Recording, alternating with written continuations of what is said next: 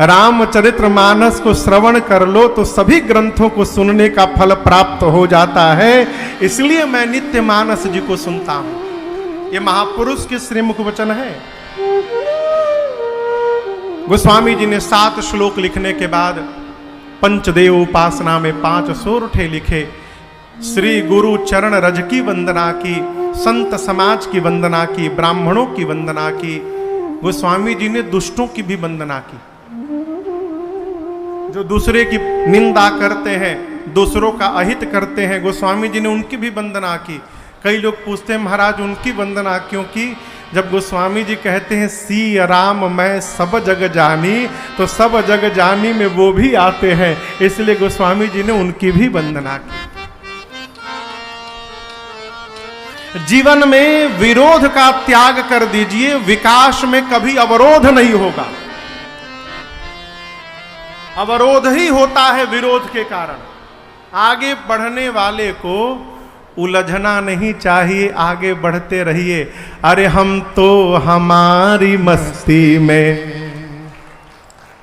बस झूमते चले हैं, हम तो हमारी मस्ती में बस झूमते चले हैं, हम तो हमारी मस्ती में, हम तो हमारी मस्ती में बस झूमते चले हैं, हम तो हमारी मस्ती में बस झूमते चले हैं। सिया राम कह दिया है, सिया राम कह दिया। किसको? जो राह में मिले हैं, सिया राम कह दिया है, जो राह में मिले हैं, हम तो हमारी मस्ती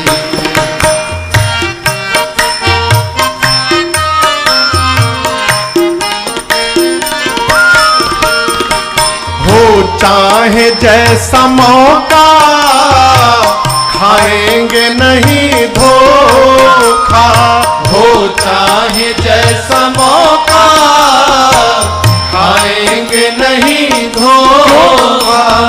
पाया है ज्ञान अब हमने गुरुदेव से अनोखा, पाया है ज्ञान अब हमने गुरुदेव से अनोखा। जो डूबते हैं डूबे, जो डूबते हैं डूबे, हम तैरते चले हैं, जो डूबते हैं डूबे, हम तैरते चले हैं, हम तो हमारी मस्ती में बस झूमते चले हैं, हम तो हमारी मस्ती में।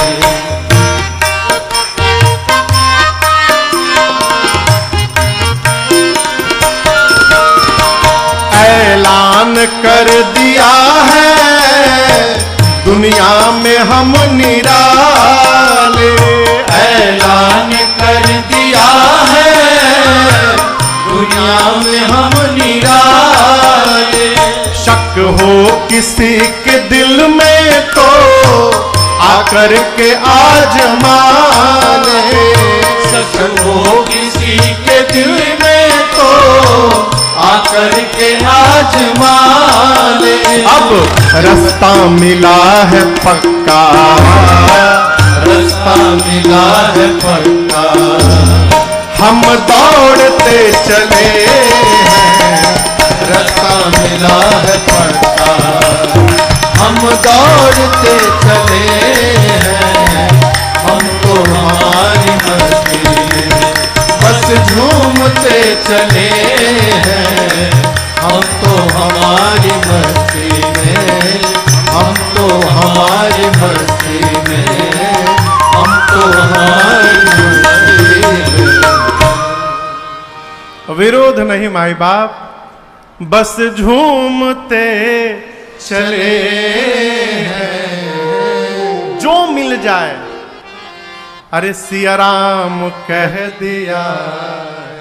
आपको एक बात सुनो कहूं, जब कोई फोन करता है ना मुझे, तो मैं फोन उठाते पहला शब्द बोलता हूं प्रणाम जी, प्रणाम।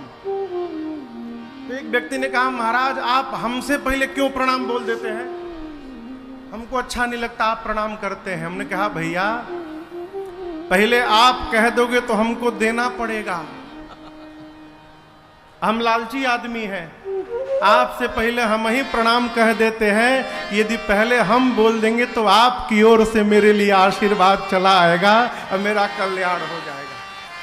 ये तो लूट है, वो जितना लूट सकते हैं लूट लीजिए, जो भी मिले सिया राम कह दिया है, जो राह में मिले हैं हम तो हमारी मस्ती में। गोस्वामी जी ने दुष्टों की भी वंदना की, भगवान के परिकर समाज की वंदना की, नाम की वंदना की, और सबकी वंदना करके पूज्यपाद गोस्वामी तुलसीदास जी महाराज कथा को तीर्थराज प्रयाग ले गए। कहाँ गए?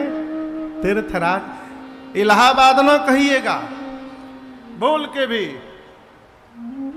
अभी भी देखता हूं कई लोग इलाहाबाद कहते हैं, जो इलाहाबाद कहे मुंह पर मारिए 2 ही थपरा। कहाँ इलाहाबाद हो? ये तो धन्यवाद कहिए मोदी योगी जी को, कहां से इलाहाबाद से पिंड छोड़ा प्रयाग हुआ। अब तीर्थराज प्रयाग, जहां विश्व का प्रथम यज्ञ संपादित हुआ था, उस भूमि का नाम है प्रयाग। प्रयाग प्रथम यज्ञ, तीर्थराज प्रयाग काशी के बगले में है वो है? तीर्थराज प्रयाग को बाबा कथा ले गए मानसिक रूप से। चौपाई श्रवण करिए। भरद्वाज मुनि बसहि प्रयागा, भरद्वाज मुनि बसहि प्रयागा, तीनहि राम पद अति अनुरागा, तीनहि राम पद अति अनुरागा, तापस समदम दया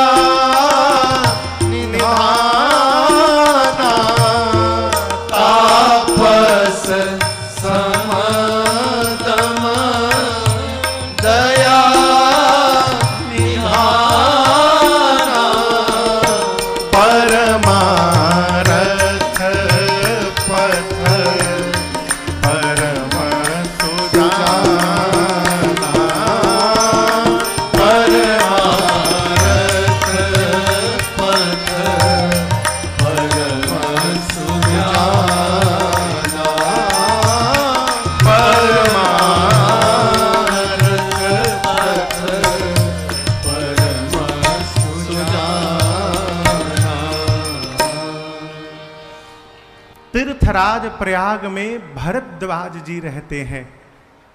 परिचय बड़ा अद्भुत है। तीनहि राम पद अति अनुरागा। यहां एक निवेदन करूं माई बाप, देखिए कोई यदि आपके विषय में कह रहा है सुमित बाबू आपके पास 10 गाड़ियां हैं, 12 बंगले हैं, इतनी संपत्ति है, इतनी जमीन है, ये सुनकर प्रसन्न मत होइएगा। क्यों? ये जितना गिनाया जा रहा है ना सब यही छूटेगा। अभी कोरोना आया था ना, आदमी इतना काढ़ा पी लिया है, कई लोग इतना काढ़ा और जड़ी बूटी खा लिए हैं कि पेट का बैलेंस बिगड़ गया।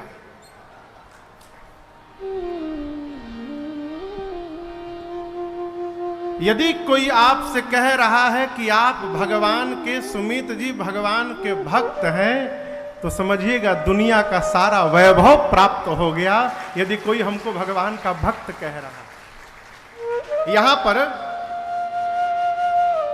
तीर्थराज प्रयाग में रहने वाले भरद्वाज जी की जब परिचय पूज्यपाद गोस्वामी तुलसीदास जी देते हैं तो कहते हैं तिनहि राम पद अति अनुराग नहीं, अति अनुराग है, तपस्वी है, समदम से संपन्न है, परमार्थ पथ के पथिक है।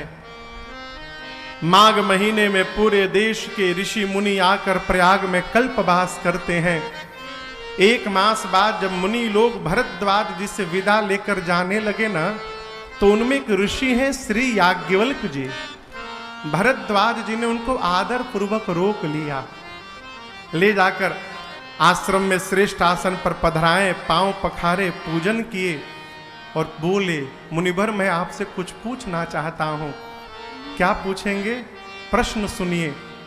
राम कवन प्रभु पूछऊं तो। भरद्वाज जी का प्रश्न है कि प्रभु राम जी कौन है? आप में से इतने लोग बैठे हैं, आप में से कोई ऐसा है जो राम जी को नहीं जानता है? हाथ खड़ा करे। कौन है जो राम जी को नहीं जानता? सब जानते हैं, लेकिन एक बात जानिएगा, जानता वही है जो जानता है कि हम कुछ नहीं जानते हैं, और जो जानता है कि सब जान गए, इसका मतलब वो कुछ नहीं जानता है। ये जो जिह्वा है ना, ये जो वाणी है, ये वाणी हमारा असल परिचय देती है। दुकान कितना भी सुंदर बना के रखिए, दुकान साइन बोर्ड बढ़िया लगाइए, एलईडी लाइट वाला, भीतर से लाइट जले, उसमें मेन गेट पर कलर करा के रखिए, खूब डेकोरेशन करा के रखिए, जब तक दुकान का शटर ऊपर नहीं जाएगा तब तक पता नहीं चलता कि भीतर कोयला है कि हीरा है। उसी प्रकार ये दुकान कितना भी सुंदर हो जाए माई बाप, जब तक ये शटर नहीं खुलता है तब तक पता नहीं चलता कि भीतर भगत है कि विषयी बैठा है। मुंह की भाषा बताती है। हमारे पूज्य महाराज श्री कहते हैं, लाला भाषा मनुष्य के चित्त की खेती है। जैसा चित्त होगा वैसा चिंतन होगा, जैसा चिंतन होगा वैसी शब्दावली बाहर निकलेगी। भक्त की वार्ता में भगवान होते हैं, केंद्र में विषयी की वार्ता में जगत होता